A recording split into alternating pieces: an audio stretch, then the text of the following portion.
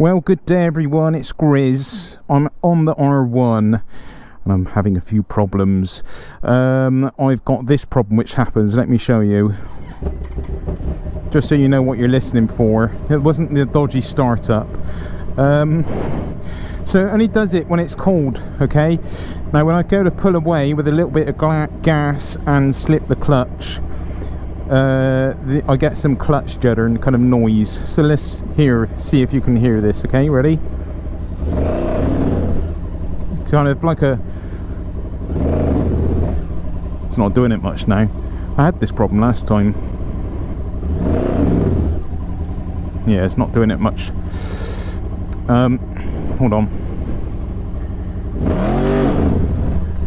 It's not doing it a great deal, but at times it really sounds like and feels like, well, kind of clutch judder, and it only generally does it. See if I can get this to happen as well. No, it only does it when the bike's cold.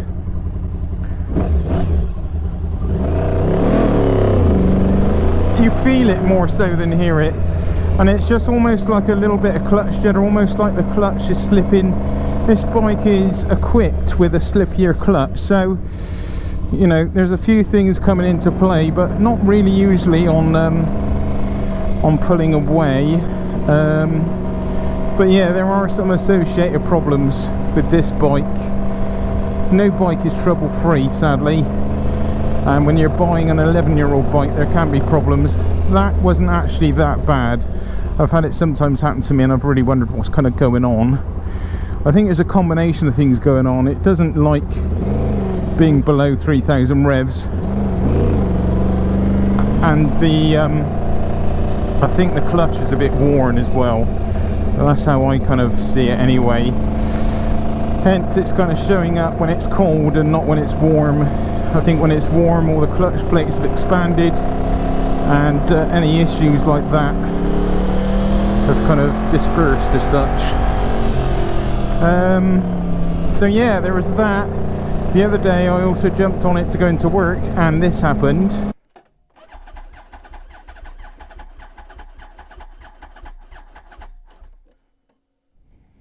Yeah, I had a flat battery. I mean, I guess it's to be expected. It's probably been sat around for a little time. It's not covered a great deal many miles in the last couple of years, I know that. Yeah, it's also got an alarm on it. So I put the battery on charge, stuck on a line on it so I can get some power into it when it stood in the garage, and that seems to have eliminated that problem. And also, I mean, it wasn't very happy, just kind of like in first gear. If I was accelerating in first gear up to say 30, about 3,000 revs, there was a lot of vibration coming from the engine, which I think was probably down to the characteristics of the bike, but also probably down to the battery, because it is definitely kind of improved since I've charged up that battery now. So yeah, I think that has gone some way to sort out that problem. It's not 100% happy in low revs, but this bike isn't. They're renowned for not really liking kind of low revs. They're renowned for not being happy below 3,000 or 4,000 revs, so I'll kind of forgive it that. And you can feel this bike literally. I could tell you when it's just going above 3,000, because the engine just becomes silky smooth from being a little bit vibey to silky smooth. So yeah, so basically when I had the flat battery, I phoned up the dealership that I bought it from and said, look, you know, got a flat battery, I've got a list of all these other problems I'm having, can we get it checked out? And they've said straight away, get it into a garage, get it looked at, and we'll get it sorted. So that's what's happening.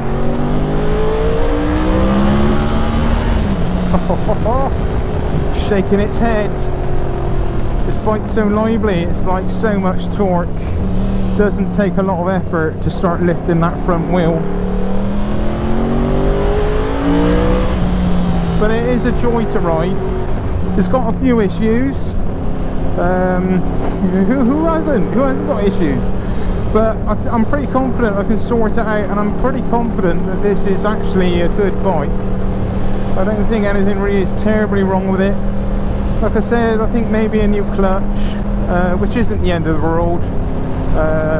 And there is also a clutch mod you can do, which basically disables the slippier clutch, and also loses kind of clutch judder when you're trying to pull away fast. To be honest, I don't do a bunch of fast pullaways. It's been more so when I've been kind of giving it a little bit more revs and just slipping the clutch, probably more so for just actually getting used to pulling away on this bike. And the throttle, when you got it in A position, is so sensitive that those revs fly up very quickly, and the next thing you know, you're actually slipping the clutch at quite a higher rev than you intended to, and then it starts showing its face a bit more. But you know, let's face it, it is a flipping like MotoGP bike engine. You hear it then? It's just like really bad vibes. Really bad vibes, man. Yeah, it's a MotoGP engine on the road, and it's highly tuned, and it's not happy below 3,000 revs. I can get my head around that. There's no problem with that. But when it's really kind of not happy at all, and it sounds like you're kind of ripping the clutch apart, then I start kind of getting alarm bells going. But I took it out yesterday to try and see if I can make a little video and get it to show its head for you on video, and it behaved perfectly normal, for the main reason that I just rode real steady, warmed up the bike, and then when I got further on, about, I don't know, half an hour into the ride, I pulled over and then started to try and do some kind of slippy clutch action, kind of faster pullaways. When I say slipping the clutch, I mean like raising the revs to about 4,000 or 5,000 revs and then letting the clutch out slower, you know, and then you could hear things kind of grinding a bit. It was the old 30 mile an hour, the kind of, well, pulling away up to 30, say going up a hill. When I first rode it, it wasn't happy. It was just like, it almost felt like the front brake was binded on, and it's not. But that seems to have disappeared since I've charged the battery up. I've gone through the service history. The plugs were last done 3 years ago, so I strongly suspect it could do with a fresh set of plugs. They are renowned for getting through plugs as well, so yeah, I'll be putting a fresh set of plugs in at some point. And the only other issue I've actually had with it is the steering bearing. Sometimes when I go over like a big bump, speed bump or something like that, or a kind of pothole, then you get a real kind of clunk coming from that front steering, and that for me says you need new head race bearings. So yeah, I thought I would phone up the dealership and get it booked in and get it sorted. The only other thing there is, for me, those front brake pads are just a little bit not as strong as I would like, so I'll probably put a better brand of pads in. But on from that, you know, I know it's a little list, there's a few little issues, but on from that, I'm actually really enjoying it and really kind of having a good time on the R1, and excited for another ride. I get home and I just want to jump straight back on it and go again. So yeah, it's providing to be a lot of fun. I did have a bit of a ride yesterday, and yeah, it would start pulling kind of little wheelies on me here and there when I kind of gunning it, just on the gas, not even trying. I mean, there it's fine, there's a little bit of vibration there, but as I say, it's just, I think it only really does it when it's cold. So yeah, there we go. The sagas of buying second-hand. In an ideal world, really, I guess what I should do is just like sell all my bikes up and just buy myself a brand new something or another. It did a little knock then. I don't think you can hear it much, guys. Yeah, and by saying brand new, Even brand new bikes aren't without problems, you know. You could buy several brand new brands and have problems with them. That's fact. That goes the same with cars and bikes nowadays, sadly. Buying new just isn't the same as when we were kids, you know. You bought a new car or a new bike and it was kind of trouble-free, wasn't it, you know? Trouble-free motoring, that was why we used to buy new. But nowadays it's all about having the right warranty and keeping your warranty validated so you can make a claim if you need to if something goes wrong, you know. But I'm not in that market. I do want to kind of not spend a massive amount of money, and having this bike, I think, is a lovely bike, is a good looking bike. It's plenty fast enough on the road. It's absolutely insanely fast, to be honest with you. Yeah, it may not be as good as the latest and the greatest, but it's not a million miles away, to be honest. So I'm dead happy, and I think once I iron out these little problems, these few issues, that this bike will come into its own, and I'm already happy with it is, to be honest. Oh, look at this. Now this, I do believe, is a Nova kit car. I used to be into, like, I'm not into them, but I used to love like little kit cars, and the idea of making one used to appeal to me a lot because it was like very different from anything else. Hence I ended up making a Street Fighter. But yeah, all fiberglass body and stuck on top of something I suspect like a Ford Cortina. But yeah, how cool. Flipping love it. Perspex windows. Yeah, fun. Anyway, that's enough of looking at the Nova kit car. Very nice. I like it. Let's go.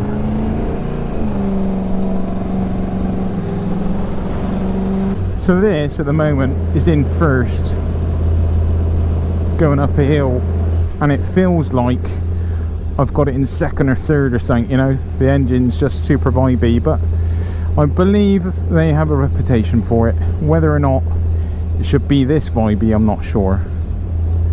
Any other R1 owners of the kind of 2009 onwards, give me a shout, let me know. It sorts itself out now, you know, 3,500 revs, sweet as a pea. But below that, it doesn't sound too happy.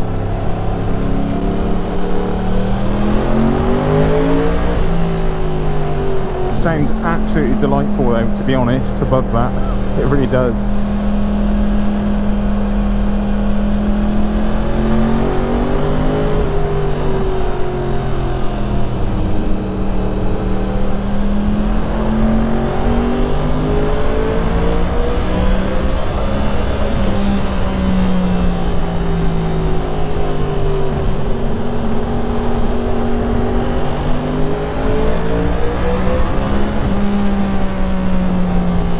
A little photo session because it's such a lovely evening. I think it's time to pull it in.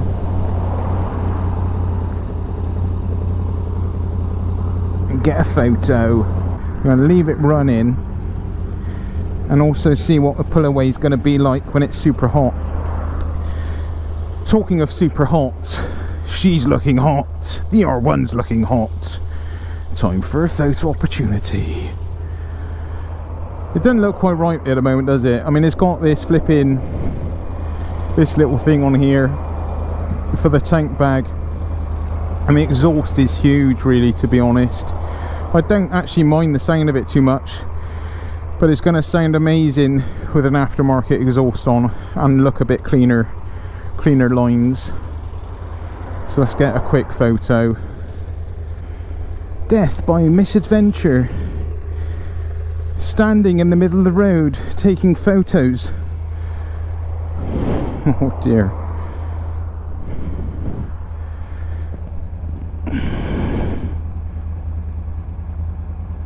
Okay, I've risked my life more taking those photos for Twitter and Instagram than I would do riding home. Right, fan is whistling away like a nutter. We're up to 106 degrees. See if I get any reaction from the clutch now. kind of normal now.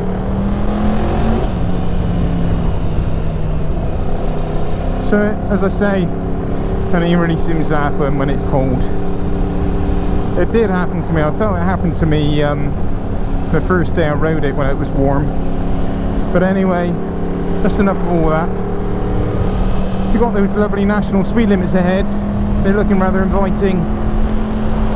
Let's give it a bit. Down to first.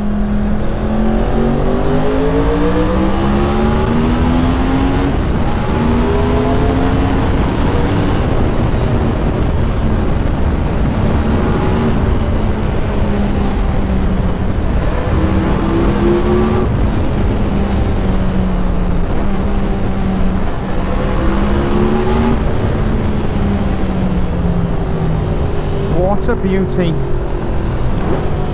And that's the difference, you know, you can chuck it down through the gears with confidence, outslip it, kind of locking up that rear. So I don't really want to lose the slippier clutch facility, but if it means kind of eliminating that, and again there was another little knock from that steering, yeah, if it means eliminating that, it might be something I need to consider. The only thing is with that slippier clutch, or the clutch mod which kind of loses the slippier clutch, is it can then, because you haven't got that slippery clutch, it can cause you to lock at the rear. So that's not really something I want to be experiencing, but to be quite honest with you, I'm probably not riding that hard to, you know, create that problem, I feel. So yeah, we'll see. Got it in, going in tomorrow morning. I'm gonna see what they got to say. The downside is that if it is in tomorrow morning, that means I'm without the R1 over the lovely bank holiday weekend. And yeah, the Punisher's off the road. I need to do the fork seals on the Punisher, and the Hayabusa's in bits. I'm working on that at the moment. There will be a full video on that soon once I get it sorted. That's been a little bit problematic as well, but I'll go through that with you on a separate video. I was going to make 2 or 3 videos of me returning it back to standard, but it's going to be painful enough viewing for everyone involved, and painful enough for me to actually do. So I didn't want to prolong the pain and create loads of like me returning the Hayabusa back to standard. Yeah, and guys, look, I really do appreciate all the help you've given me through Patreon, through person to person. I've had people contact me, give me parts, etc., to help me build the Hayabusa and other bikes and bits and pieces, and I have nothing but appreciation and gratitude for all the help you've shown me. And please don't take it as me kind of selling these bikes off one by one, as kind of not caring. You know, I know I've bought this R1, looks like I've got masses of money, but this is all part of the scheme to pay bills off and sort stuff out, and actually free up some money.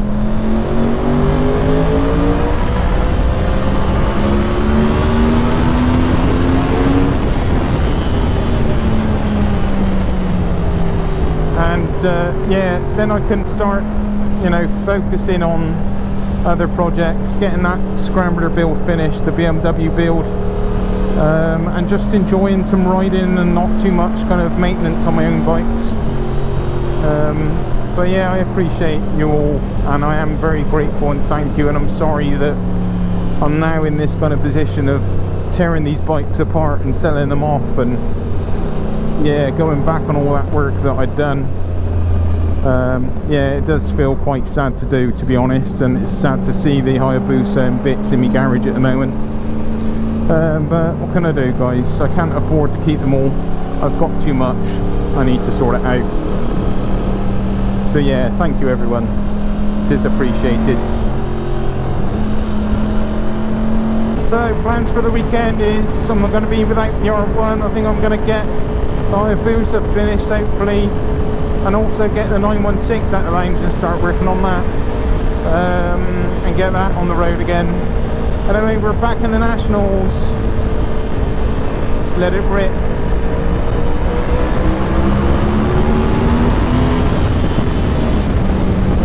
There's a van waiting to pull out. What's he doing? He's doing a U-turn. Be careful, guys.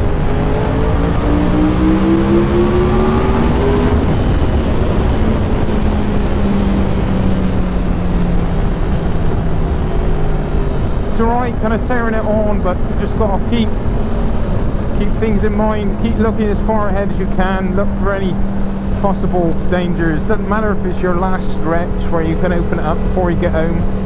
Sometimes you just have to bag it and wait for later, you know. Catch a better time. Safety first, your lives come first, getting home comes first. That's what counts. Right, that's enough of my public health safety announcement for the day. Alright guys, I will keep you updated, keep you posted on how we get on with the flipping R1, and yeah, hopefully we'll have it back soon and I can bring some more fun videos and yeah, get on and start having a bit more fun on the R1, but hopefully I can still bring you some fun stuff in the meantime. Lots of love to you all, enjoy your bank holiday weekend, be safe, and we will speak soon. All the best, bye bye.